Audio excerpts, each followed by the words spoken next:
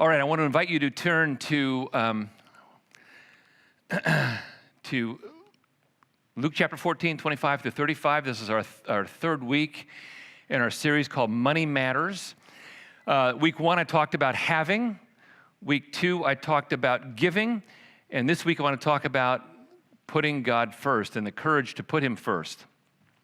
I want you to imagine for a second that we're all going down to climb Tulsa, down in Tulsa, and you are going to have a coach who's going to teach you how to do some climbing.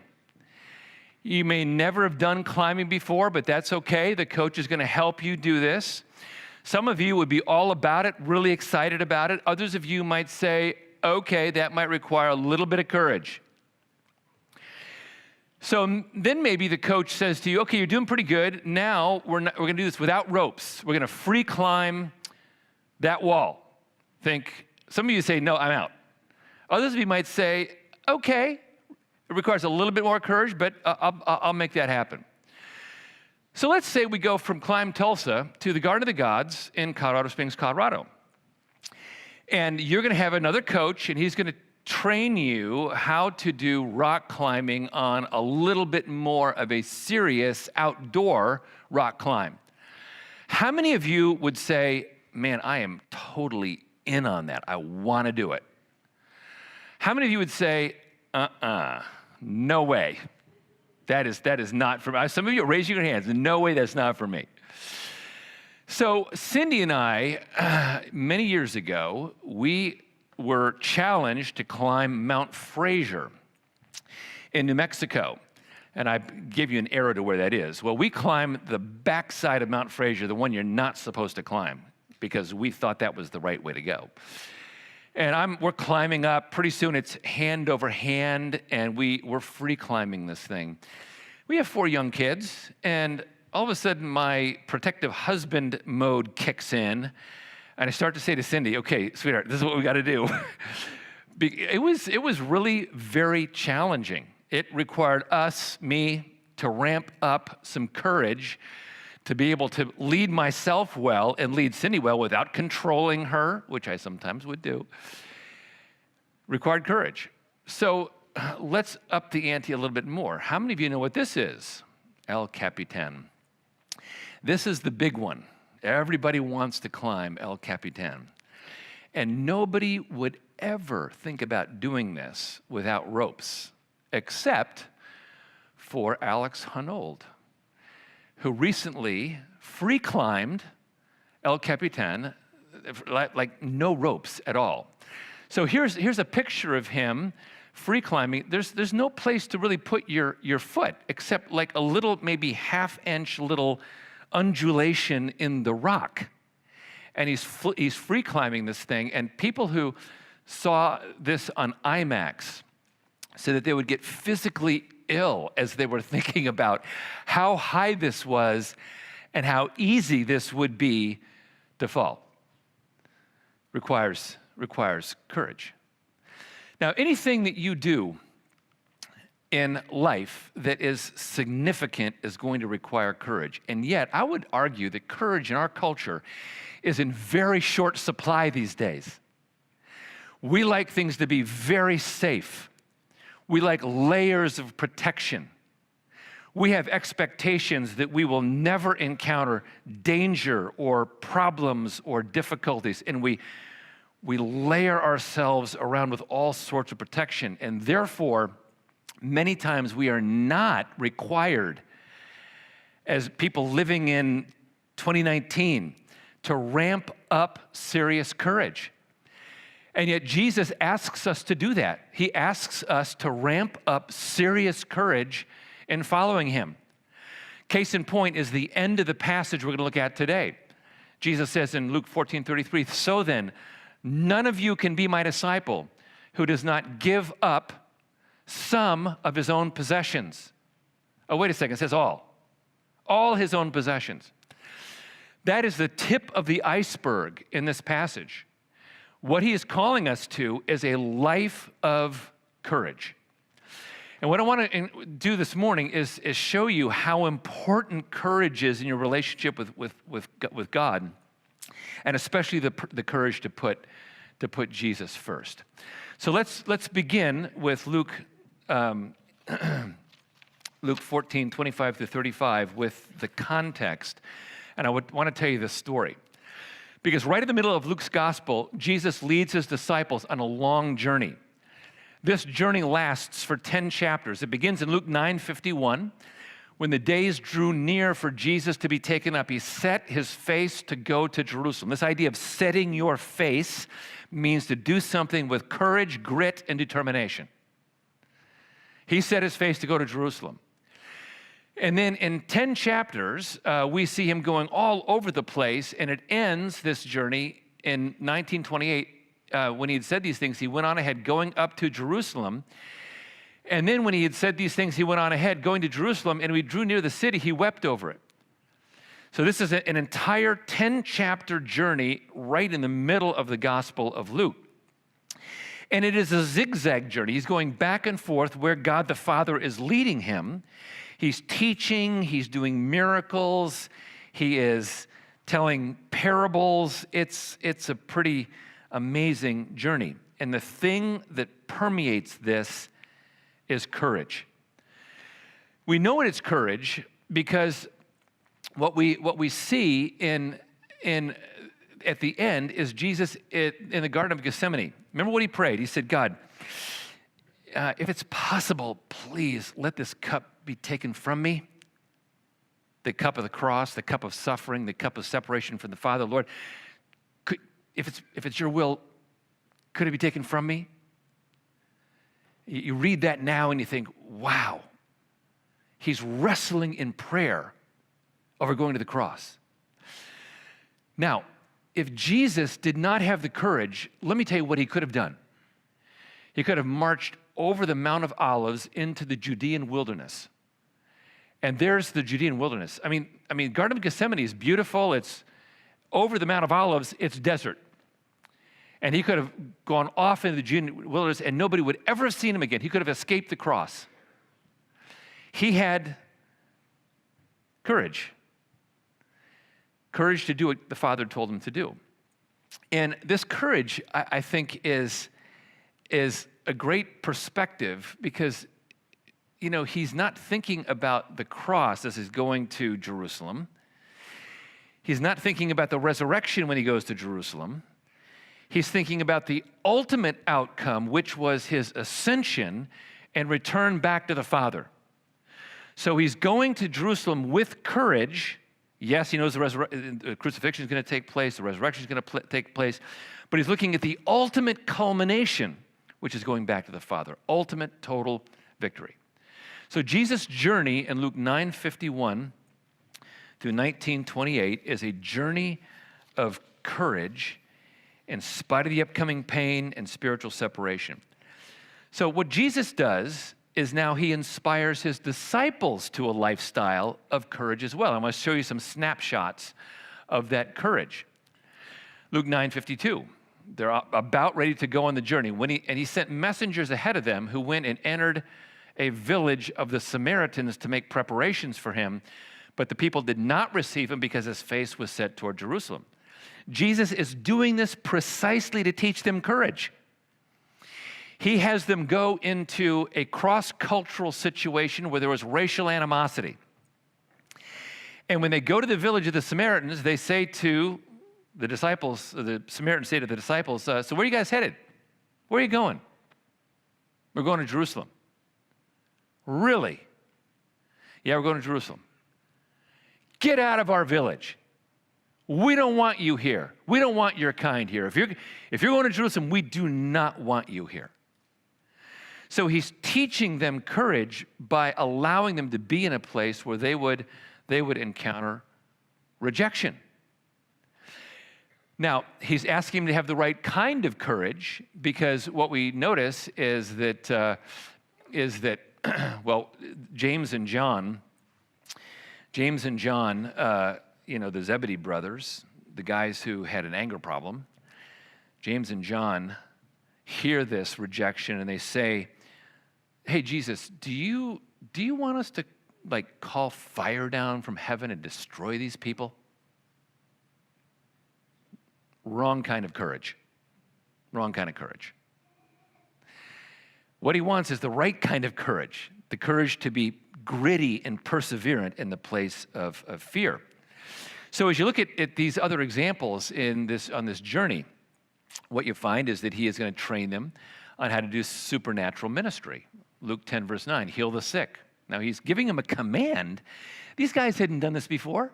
He said, I want you to go into these villages. I want you to heal the sick and say to them, the kingdom of God has come near to you. The presence of Jesus has come near to you. They had no training in supernatural ministry. They had no training in that kind of prayer. So they're going into villages and they're going, okay, so we're supposed to heal the sick. Okay, let's start praying for people. That required courage, because they could have easily come up to somebody and said, I don't want you to pray for me. There were people in the ancient world who were sick who did not want prayer from Jesus or the disciples. That required courage. So when the 72 come back after doing this, they were fired up. They said, Lord, even the demons are subject to us in your name. And he said to them, I saw Satan fall like lightning from heaven. That's good. Okay, so they learned how to do supernatural ministry. Jesus knew that they had scored a victory in the supernatural realm. All that's good. But now look what he says. Behold, I've given you authority to tread on serpents and scorpions and over all the power of the enemy, and nothing shall hurt you. Okay, what he just said there is, great, you've got the power, but look, this is a spiritual battle that we're at here. And this spiritual battle is going to be a challenge. You've got the power to handle it. It's going to be a challenge. So he's calling them to the right kind of courage, the courage to take risks in their faith, the courage to do spiritual battle in their faith. Let me give you another example of courage on the journey. This is a really funny verse. Luke 13:32. They're still on the journey. And Jesus is being confronted by some people who want to scare him. And some of the political powers that be essentially said, Jesus, get away from here. Herod Antipas wants to kill you. Get out of here. Remember what happened when Jezebel, the queen Jezebel, back in Elijah's day, says, Elijah, I'm coming after you. Elijah was seized with anxiety. He bolted and he fled. It would have been theoretically possible to hear something like this and to go, oh my gosh, the ruler over the land wants to kill me. I'm going to bolt and flee. Jesus now models to them how to ramp up courage. Jesus says, go tell that fox, behold, I cast out demons and perform cures today and tomorrow, and the third day I reach my goal. Now, let me tell you something. You don't tell the leader, whose name is Herod, that he's a fox.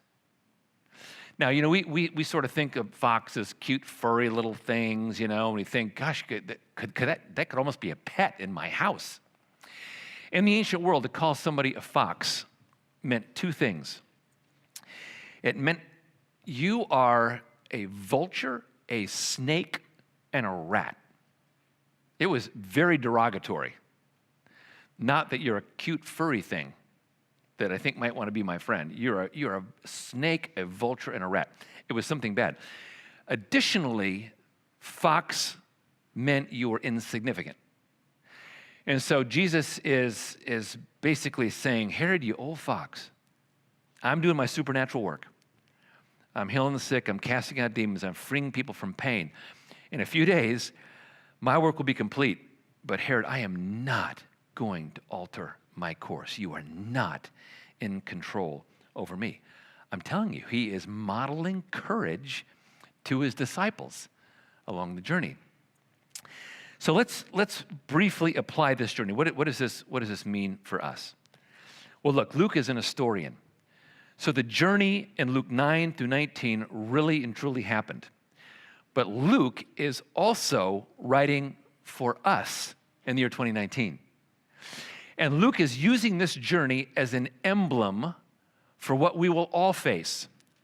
And here's how it works. Back then, Jesus was on the move, and Jesus was changing lives. Back then. Right now, Jesus is still on the move, and he is still changing lives. And we're called into the same journey. The journey that Luke was on, that Jesus was on in Luke 9 through 19, is like the journey that we are on right now today. Jesus says, as the Father sent me, so I send you. So we're on a journey. And in that journey, it's a journey where he is already on the move, he's already changing lives, and he's calling us into that journey to have influence in his name, to change lives. And I'm telling you, to do this effectively as a follower of Christ, it requires courage. Maybe courage that we don't currently have, maybe courage that we need. It's amazing to me to hear stories about courage, stories from people who live in Africa, India, China, and Asia. But it's equally encouraging for me to hear stories of people who are right here in Bartlesville, whose names are not, on the magazines that you read or the newspapers you read, but people who are doing incredible things to advance the cause of Christ within our city. They're on the journey, and they're ramping up courage in order to do this. Now, I think people who are listening to Jesus were pretty fired up about this, because we like being called to courage. We might not like it when the going gets hard, but we like the call to courage. And indeed, they were. Luke 14:25, now great crowds accompanied him. So he's calling people to courageous influence. The crowds are, yes, that's what we want. You and I know what big crowds look like, don't we? Because we can read the news, we can see it on TV, what it's like when, say, a caravan of people forms in Central America. We know what 3,000 people look like on a road. He had thousands of people following him, wanting to be part of this journey. And now he has to say, wait a second. The journey's great. I want you to be in the journey, but you really have to count the cost. And so now he's going to train him on how to count the cost. What does it mean to have courage on the journey to follow Jesus? What does that mean specifically? So we go from the journey now to his challenge to count the cost. So there's going to be three attitudes we're going to look at. And if you're going to be on this journey of courage to have influence, there's going to be three attitudes. The first attitude is that Jesus must come before every human relationship. Now, great crowds accompanied him, and he turned and he said to them, if anyone comes to me and does not hate his own father and mother and wife and children and brothers and sisters, and yes, even his own life, he cannot be my disciple. Here's a brief, quick observation. He's going to repeat those 5 words, he cannot be my disciple, 3 times in Luke 14:25-35. He's going to repeat that 3 times. 5 words, 3 times. You wonder, Jesus, did you not take Marketing 101 when you were in college? I mean, if you're taking Marketing 101, you would say, you can be my disciple. And people are seeking purpose in life. I got a purpose for you. You can be my disciple. Come on, be my disciple. Jesus isn't doing that. He's casting it in the negative because he wants the people who are following him to confront themselves about their decision. And we need to confront ourselves about the decision as well. Going back to the verse. He's got to come before every human relationship. If anyone comes to me and does not hate his own father and mother and wife and children, brothers and sisters, yes, even his own life, he cannot be my disciple. What is he saying? Hate is a very strong figure of speech because we think about hate, we think about revulsion, disgust, animosity, contempt, anger, all that stuff. That's not how the word is used here. The word hate in this context is a choosing word. It's a choosing word. It means we choose for one thing to be radically first and another thing to be radically second. So in Malachi chapter 1, the prophet says, God says through the prophet, Jacob have I loved, Esau have I hated.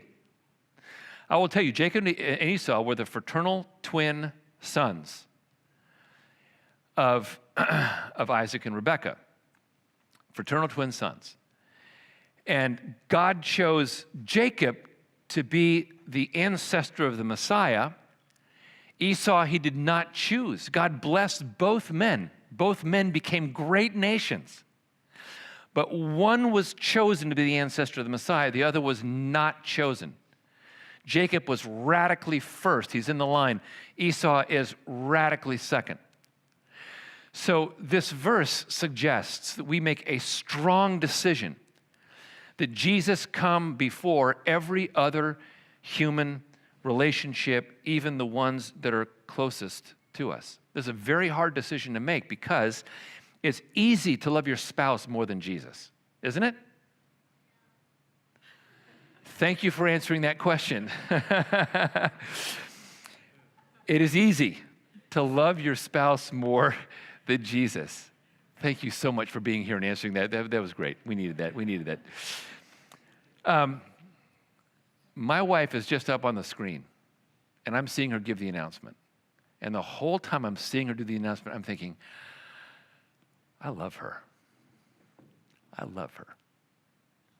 It is easy to love another human being more than you love Jesus. It's easy to love our children more than we love Jesus. It's possible to love our parents more than we love Jesus. It's possible to love ourselves and our agendas more than Jesus. Don't get me wrong, loving family is a really noble thing. It's a really important thing. It's a matter of your character. But Jesus said, look, he who loves father or mother more than me is not worthy of me. He's calling disciples to make a radical choice. Jesus is radically first. Everybody else, including the most important people, are radically second. The word hate means something else as well. Jesus used the word to convey a potential worst-case scenario. When you put Jesus first, sometimes the people in your life assume that you must hate them if you're putting Jesus first. So imagine what happens in a Jewish home when a person comes to Christ. The family says, you've destroyed our family. You must hate us to have made this decision. This decision brings shame on our family. How could you possibly have done this? And some Jewish families will sometimes hold a funeral for this person who has come to know Christ. They assume that choosing Jesus means hating the other person. It's worse in Muslim families. Well, I've heard stories where people have come to Christ and the male members of the family came after them to kill them because it brought so much shame on the family. Sometimes placing Christ first makes it seem to family and friends like you hate them. So Jesus is saying this, look, don't follow me too quickly without counting the cost. You can't be my disciple unless you're willing to love me more than even the most important relationships that you have in your life. Is that sobering? I hope it's sobering. Now he gives the second attitude. Jesus has got to come before our most passionately held agendas and goals. How many of you have passionately held convictions and beliefs and agendas and goals? All of us do. I know that if I sat down with you within 5 to 10 minutes, I could identify your hot button issue, and I could get you to talk a lot about the thing you're so passionate about. Jesus has to come before that. So Luke 14:27, whoever does not carry his own cross and come after me cannot be my disciple. Jesus is saying that following him is going to mean that our agendas and passionately held positions are going to have to be sometimes put on the back burner because we're going to have to follow him above all else. And he gives the picture of carrying the cross. I'm going to say more about this on Palm Sunday. But everybody knew what this was like. See, when you were crucified, you were taken into a courtyard. Your hands were affixed to a pole. And two Roman soldiers called lictors would trade hits, bringing a leather strap down on your back 40 times. The guy on your left did it 20 times. The guy on your right did it 20 times, 40 times. It would affect your head, your back, your calves.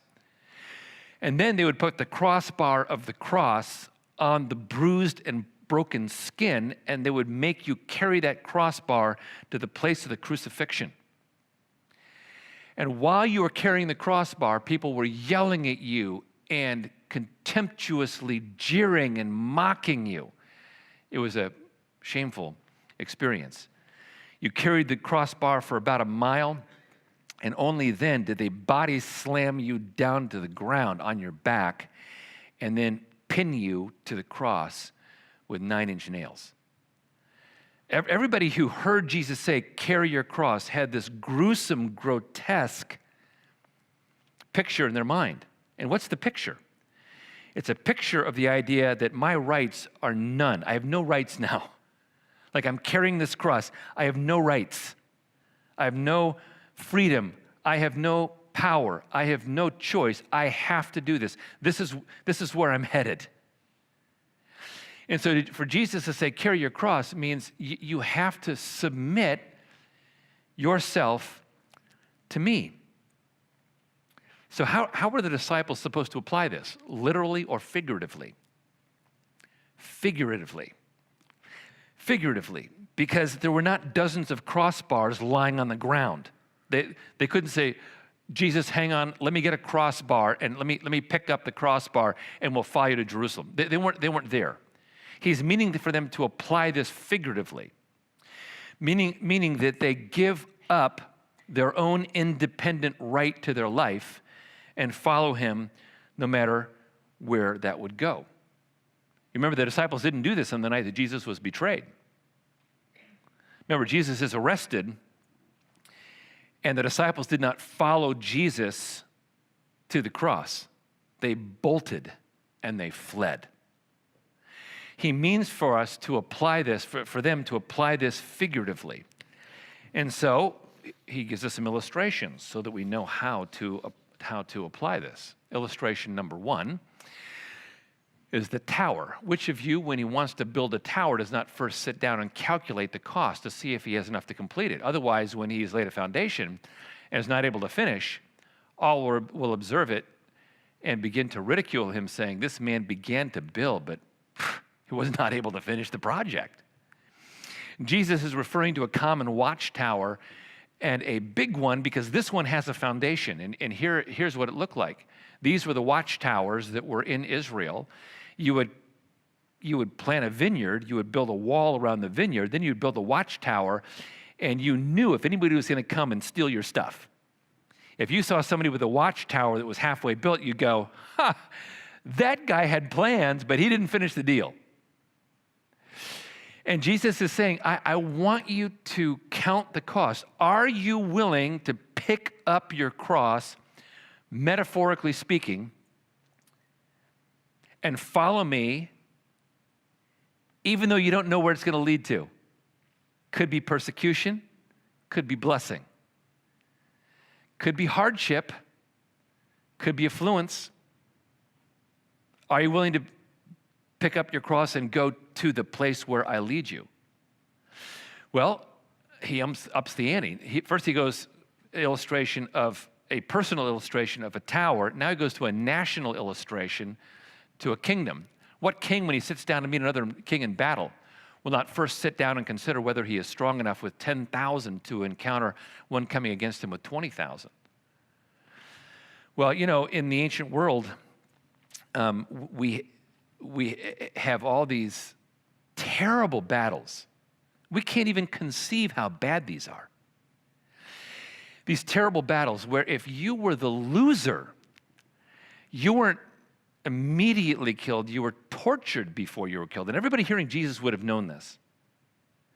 So you're thinking, okay, do I really want to go up against that stronger enemy? Do I really want to do that? What Jesus is saying is, look, the Christian life is going to include some hardship. It's going to include some spiritual warfare. It's going to include some difficulty. Are you willing to pick up your cross and follow me, even if it leads into paths that are very painful? Are you willing to do that? It's a hard question. It's a hard question. Paul said our struggle is not against flesh and blood, but against the rulers, against the powers, against the world forces of this darkness, against the spiritual forces of wickedness in the heavenly places. Look, you become a Christian, and there are going to be some spiritual battles that you face in your life. Now he gives us the third reason why following him requires courage. Third attitude is this: Jesus must come before our money and our possessions. Our money and our possessions. Just think about this verse for a second. So then none of you can be my disciple who does not give up some or all. You look at that and you think, what in the world? How do I even begin to do something like what he's talking about? Let me tell you what Jesus means. He is saying, as a disciple, I yield the independent right to use possessions and money any way I want. Let me tell you what this meant back in AD 33. Some of the people following Jesus were going to head to Jerusalem and they were going to die. And so some could go to jail, some might lose everything through death or injury. And Jesus says, look, if you're going to follow me, you need to recognize that you got to give up your possessions now, because you could follow me right up to a cross and you're going to hang on a cross. For us living 2,000 years later, we have to take this and contextualize it to our time frame. And in our time frame, what this means is that Jesus is calling us to yield to him the independent right to manage money any way that I want. Let me be really clear about this. The disciples continued to own private property after Jesus rose from the dead and ascended to heaven. They continued to have possessions. Jesus is using an intentional figure of speech to remind us of the importance of giving up the independent right of our possessions. Look, let's say you applied this absolutely literally. I give all my possessions. I give the clothes on my back. Well, what do I wear on Monday? I've given everything. I don't have anything to wear on Monday. I can't give anything else the next day or the day after that or the day after that. He's not meaning for us to apply this literally, which some people over the years have done. And I would argue it's way too easy to get to use it literally. It's much harder to apply it in the way that he intends, which is I give up the independent right of my possessions, and I use my money and I use my material possessions as Jesus would have me use them. I use them under his guidelines. I use them according to what he would like for me to do, which is set down in the Word and which is applied through prayer.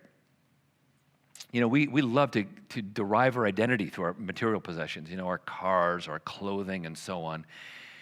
And that's not all bad.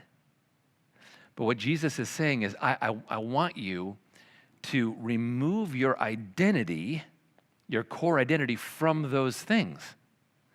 You know, disciples are working really hard to disconnect personal identity from possessions. Okay, we naturally do this. Is that hard to do? It is really hard to do. It's really hard to do. Just talk to somebody who went from having a lot to encountering a crushing financial blow, and now they have very little, And now it's like their identity has been shifted, and it's very hard. He's asking us to do this as a spiritual discipline, month in, month out, year in, year out, decade in, and decade out. So here's the main idea of this journey and his application. Jesus is on the move. He's all around us. He's doing things to advance his kingdom, and he calls us into a journey of power and service. But he has got to come first on that journey. And first means this: he comes before our closest relationships, he comes before our most deeply held personal agendas, and he comes before our money and our possessions. We place him first, radically first, before each one of those things. Now, as we close, I want to ask you to do one thing. I want you to think about a different way of counting the cost. I want you to calculate the cost of non-discipleship. He's asking us to count the cost, but let's reverse it, and let's count the cost of non-discipleship. What is it that you're giving up if you say, you know what, I don't think I'm going to do this. I'm a follower of Jesus.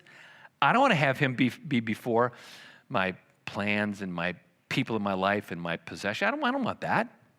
I'm not gonna be a disciple like that. What are you forfeiting? Well, you're forfeiting the power of the Spirit. You're forfeiting the unconditional love of God the Father. You're forfeiting the freedom of forgiveness of sins. You're losing out on the joy of genuine Christian fellowship. You're forfeiting the joy of seeing others being delivered from the domain of darkness. You're forfeiting the joy of seeing God supernaturally provide for your needs. You're forfeiting the transcendent purpose that you have of helping others find joy in Christ. You're opening yourself up to a place where life can feel meaningless and frustrating. Like, I've talked to friends of mine who are following Jesus for a long time, and they said, you know what, I'm out. I'm going to kind of slack off. I'm going to do my own thing. Don't know how long this season is going to be, but I'm going to do my own thing. And then they come back, and I would ask them, why did you come back? And the kind of thing that I would hear is this: I thought I could control my life, and for a while I did, but it was an illusion, because I realized there were things I did not have control over. But I couldn't go to God because I had said, I'm out for a while. Couldn't go to him.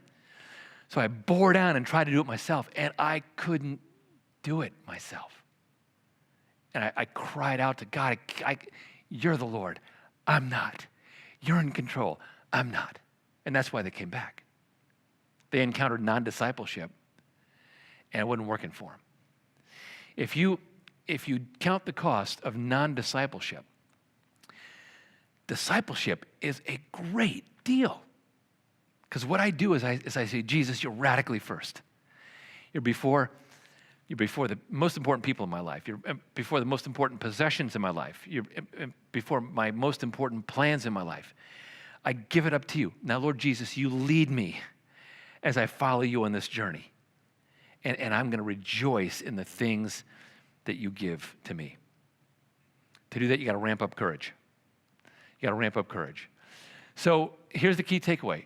The key takeaway is ramp up the courage. I love this picture because, here's the cat, but you got a lion with a shadow.